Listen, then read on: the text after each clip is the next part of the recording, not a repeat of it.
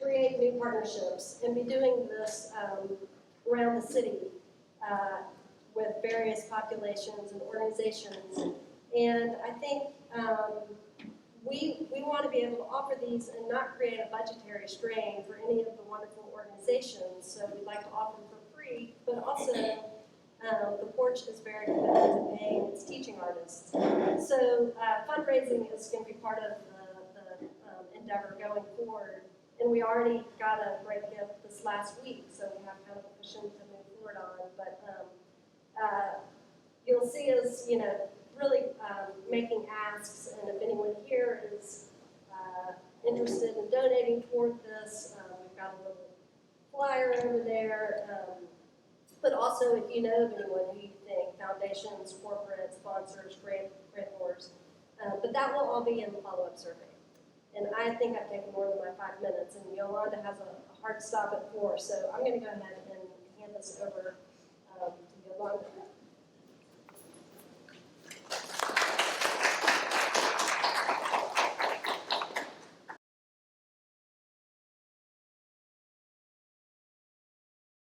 Can y'all hear me like this?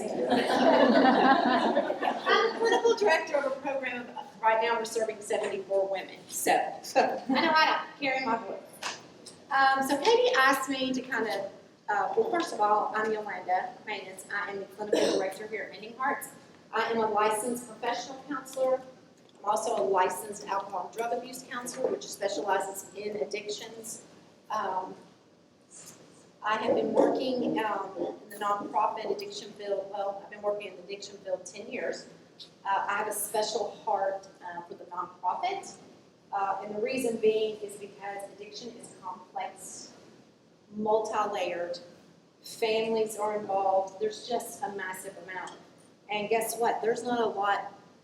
Usually by the time someone recognizes they're ready to make changes, they've exhausted all resources. They have no insurance that's going to cover it.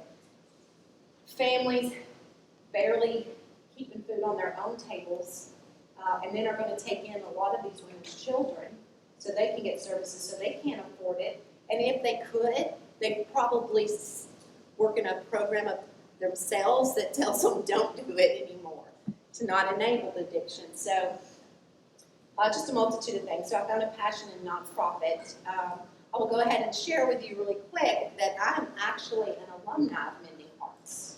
So I went through Mending Hearts 13 years ago. My family had put me in some really, really beautiful treatment centers. I had beautiful furniture and lovely office areas. Didn't quite work for me. I had been in 10 treatment centers by the time I got to Mending Hearts. And the reason I got to Mending Hearts, I had no insurance. My family had said, they literally said, we will keep your burial insurance up. So your children won't be, one burden you won't put on your children will cover, like they were done. And so I went through the program, and the rest is history, so they say. I went through the program, went on back to get my degrees in counseling, and went to work at some other for-profit addiction programs, and then Trina offered me a position to come back home and work as the clinical director. So I've been doing that for 2 years. Katie asked me to share with you all about trauma-informed care. So basically, just to put it kind of in a nutshell, to be fully trauma-informed, and I hope this takes some relief off your shoulders, to be truly trauma-informed is an elevation of here. And most of us are going to get here. And that's with a lot of work. It's a lot, right? And the reason being is, so you don't have to be trauma-informed experts to be here. What I do ask you to recognize and to understand is the 4 R's of trauma-informed care. The first one is realize. That's basically educate yourself on trauma, specifically trauma responses. Because what's going to happen in your writing groups, you may have someone that in their writing is going to will have a trauma response. That doesn't mean they're going to have a total meltdown. You may see them shut down. You may see them, why do you even wear those shoes? Just, they're in a fight mode with you or something like that. And fight doesn't mean physical. I just mean they're very defensive. So just recognizing trauma responses, and that's your fight, flight, freeze, and then we're identifying another one as fawn, which is that's the one where they agree with you, you're great, I'm great, we're great, everybody's great, just don't touch my memories. You know? So realize trauma. So just look at your trauma responses, it's out there. Kind of just realize what trauma responses is. The second R is recognize. Try and recognize when someone is in a trauma response. Just being able to recognize that. The second is to respond. How do we respond to that trauma? And the third R is we don't want to re-traumatize. So if you look at an agency, if you look from, say, macro level down, Mending Hearts is working to be as trauma-informed care as we can be. And we're constantly growing. And that literally means, is our policy and procedure set up in a trauma-responsive way? Well, some would argue no, because after 3 behavior issues, they're going to be discharged. That is not 100% trauma-informed care, right? We just keep addressing the trauma. But there are things that happen that we cannot continue to do that. So that's what I was saying by fully trauma-informed would be here. We're all trying to get there. Because we also have women with multiple heavier issues. They have probation and parole requirements. Fully trauma-informed care would be if you started having a fist fight. Like trauma-informed care is understanding your trauma was triggered and your trauma was triggered and how can we work through this. In our setting, if you get in a physical altercation, you're automatically discharged. So you see, we're not fully trauma-informed care on some things. So we're always trying to get better at it. So I just wanted I wanted to say that to you all so you don't feel like I need to be a trauma specialist. You don't. You do not. But just know that there will have trauma responses with your writing. One of the things when we started that has to do with writing is when we really started looking at how do we become more trauma-informed care, how do we stop where we don't re-traumatize them. One of the things that when we went through, we realized we were re-traumatizing them because we're very heavily 12-step here, and one of the 12 steps is step 4. Step 4 is you complete a moral inventory. Look at your resentments and your part in those resentments. And so 10 years ago, they said, well, you know, a person should write their whole autobiography, present it in group, recognize what they've done in their lives, and they're ready to move on. And that's really great, unless you recognize some of these women's autobiography. So by the time they got to IOP to do their autobiography, they maybe had 30 to 60 days of planning. And we're going to force them to share and write an autobiography that they don't want to write. So we were like, wait a minute, we're re-traumatizing them. Or they would write it, would give you 5 pages, and they're like, and they're like, yes, my mother stabbed my dad in the neck, and my sister and I were split up at 4 years old, and the foster parents, blah, blah, blah. It's like they're reading someone else's story. And the whole time you can see them, they're just completely disassociating. And when they disassociate, when a person disassociates, very rarely can they disassociate on a single event. And then when that event's over, they're just back to normal. You'll see them disassociate for several weeks. They're totally disconnected. And so you spend a lot of time getting reconnected back to self, and it's like, well, we did that. So, I think the trauma-informed care, a little bit about Mending Hearts. Do I have any questions on that? I think I really threw some stuff out there, but I was meaning to let you know you don't have to be trauma experts. The only thing that I would suggest, and I do not want to get into their creative expressions by any stretch of the means, but I wouldn't really suggest them to write about something they're not offering to write about. And I think y'all be good at that. So you may look at them and you may see there's something here, and they want to write to you about the blue sky. You know, let them write about the blue sky. That's where they're at. That's about the most that I would say. And then if you start seeing them in a trauma response where you see you think they're just staring out the window, not paying attention to you, They're just disconnected. So they've connected to something that they don't want to be connected with. Just let them be that way. You know, at the end of group, if you've seen something that's disruptive or something, whatever, you can let their counselor know, but that's it. You know, or you may not. You know, that's a completely privileged place for you with the exception of a few things, and Kate said someone was going to speak about that. There are some things that they might disclose that you would be required to report, but please don't let that scare you. You're fine, we got you, just tell us, we'll cover it. A little bit about Mending Hearts. So Mending Hearts, the way it was originally founded is Trina Frierson had recognized that she was in and out of incarceration.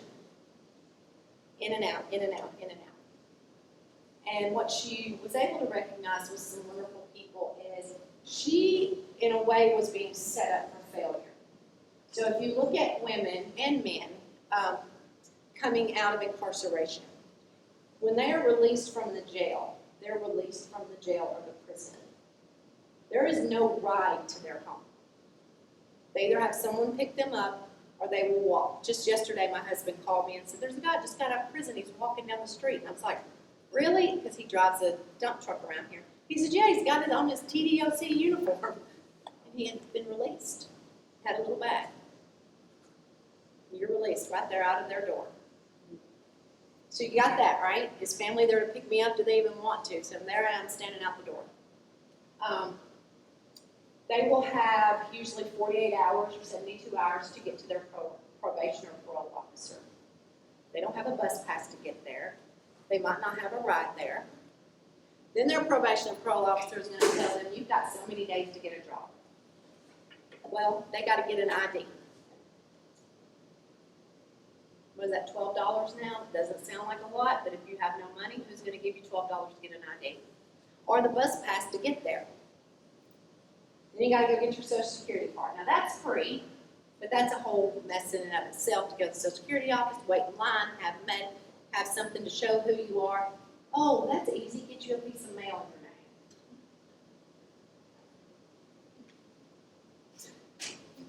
in your name. And I want y'all to think what she's talking about was back in like 1995. There wasn't even near the resources they have now.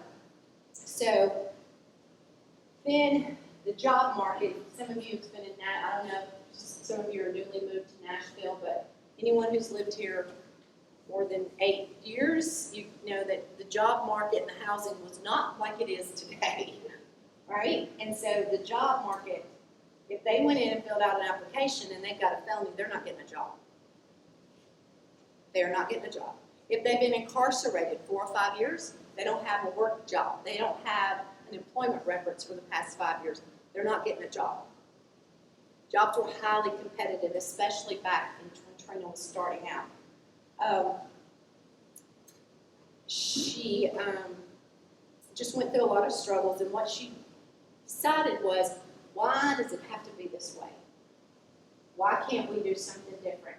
And so what she did is her and another lady, what they did was they each had jobs to support themselves in their home, and then she got they opened up a cleaning business. And so they just went around and cleaned offices, they cleaned houses, they would clean anything. You want your shoes cleaned? They would stop cleaning your shoes for $5. Like they were cleaning anything, like we got it. And they took all of the money that they made from cleaning and rented a house.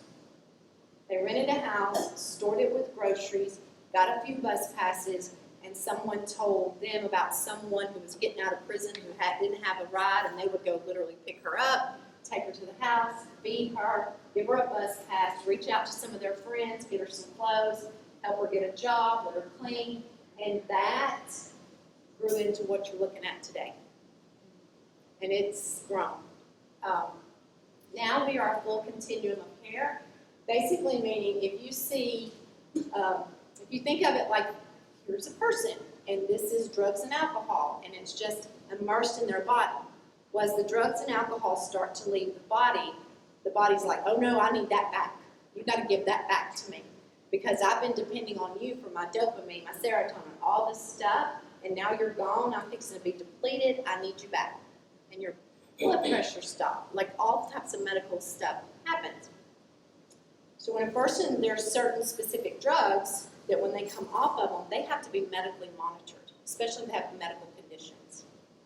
That is very expensive. At one point, you could only get that at a hospital, and that's if you had insurance. And they would stabilize you for 24 hours, but then they put you right back on the street. So Trina was able to work with the state and open up a detox facility. So we have a detox facility across the street, and they can come and detox. There are 4 levels of care that a person titrates down as they're working in recovery. That is residential inpatient, partial hospitalization, and intensive outpatient. Historically in the past, when someone completed residential inpatient, they went home and they went to a partial hospitalization program 4 hours a day. They would do that 3 or 4 weeks, and then they would go to an intensive outpatient program 3 hours a day, 4 days a week. You kind of titrated down. Can anybody guess where that might not be effective? When they had to go home. So they're in an inpatient 24-hour care facility, and then they're told to go home. Well, they may be homeless. Maybe my abuser lives there. Maybe my drug dealer's across the street.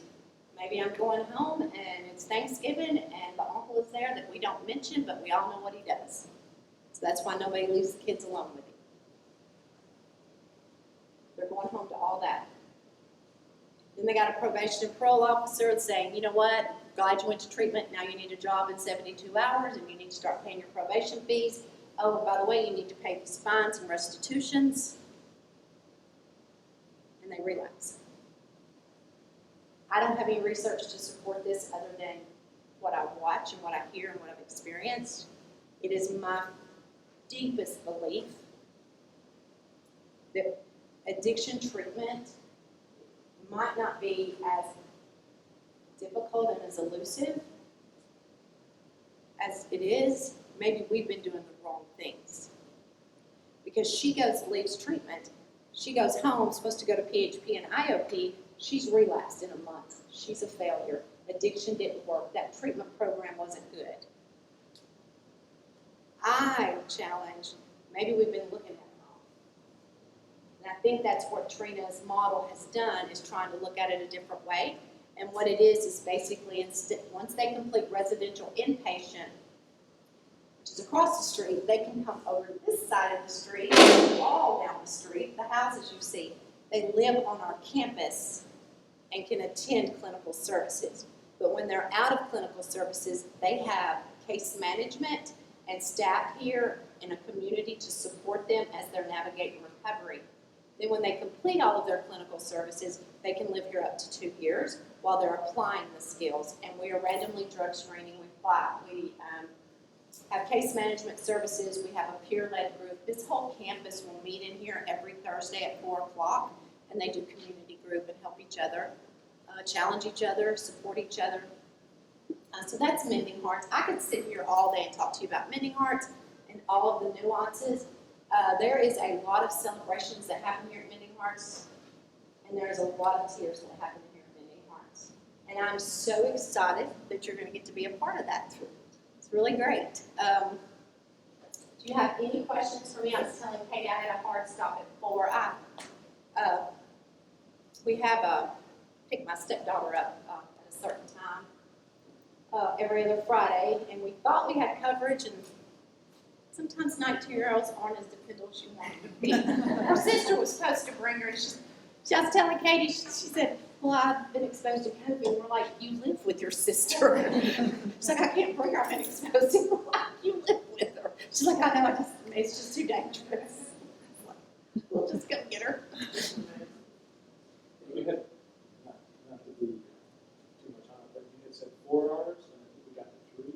Oh, thank you. Sure. So it would be realize what trauma is, be able to recognize what trauma is, respond to the trauma in a trauma-responsive way, and then work to not re-traumatize.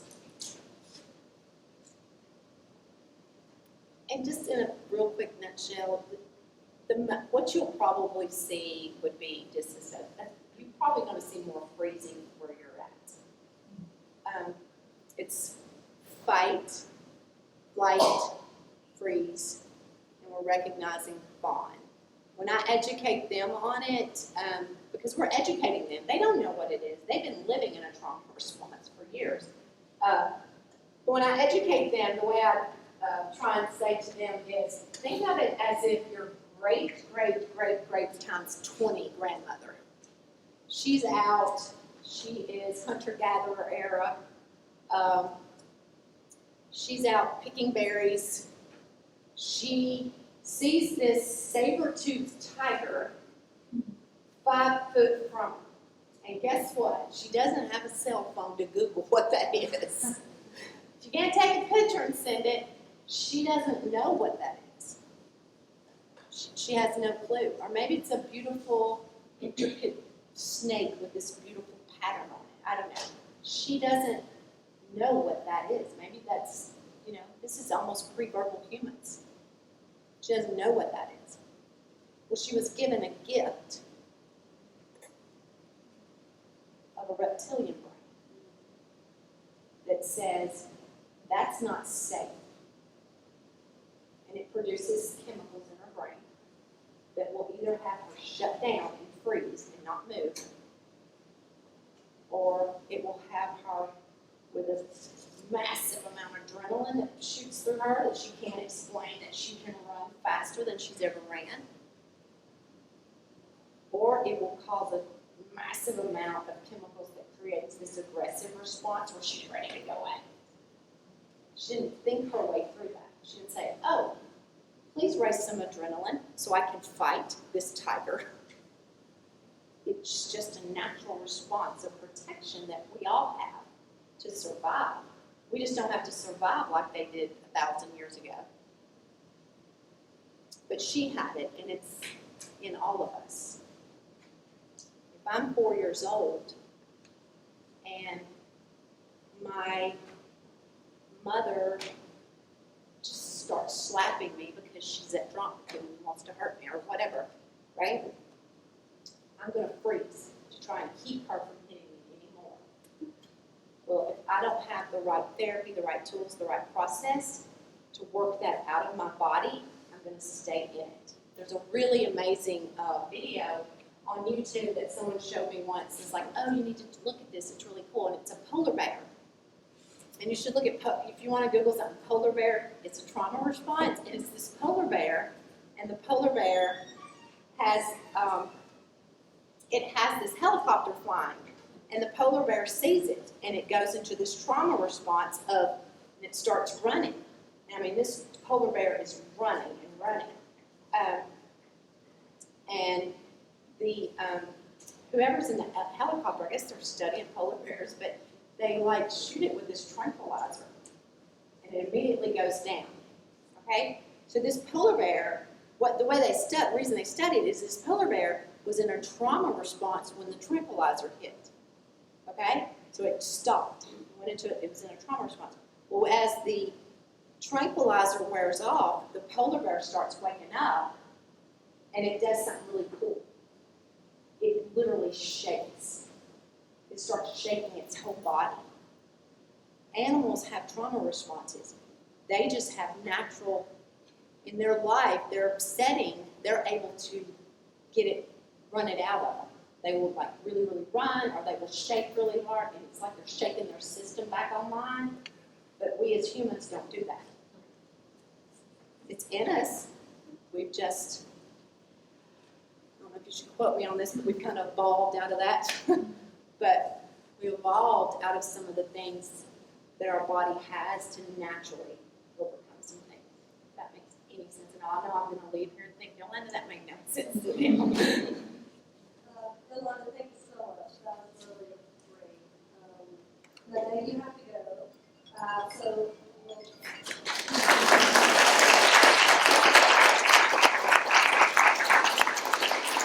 And I'll say really quick, I'm so glad y'all are here. Come, it's going to be great. But Katie, if you could send an email out, like with my email address Yes. and my phone number, you are welcome to email me, whatever, however I can do to help facilitate this. This is amazing. One last thing really quick. I knew I'd go over really quick. I do want to gratefully thank y'all. I wanted to really, truly thank you from the bottom of my heart for these women. Because whether you realize it or not, what you're going to give them is a resource that they might not naturally afford. No, you're fine. Because what you're doing is expressive therapy without even realizing it. You're doing an expressive therapy, and that is a very expensive thing for people to do individually. And it's most of the treatment centers you see that have some type of expressive therapy are very expensive. So these girls are fixing to get something that just super excites me. So thank y'all.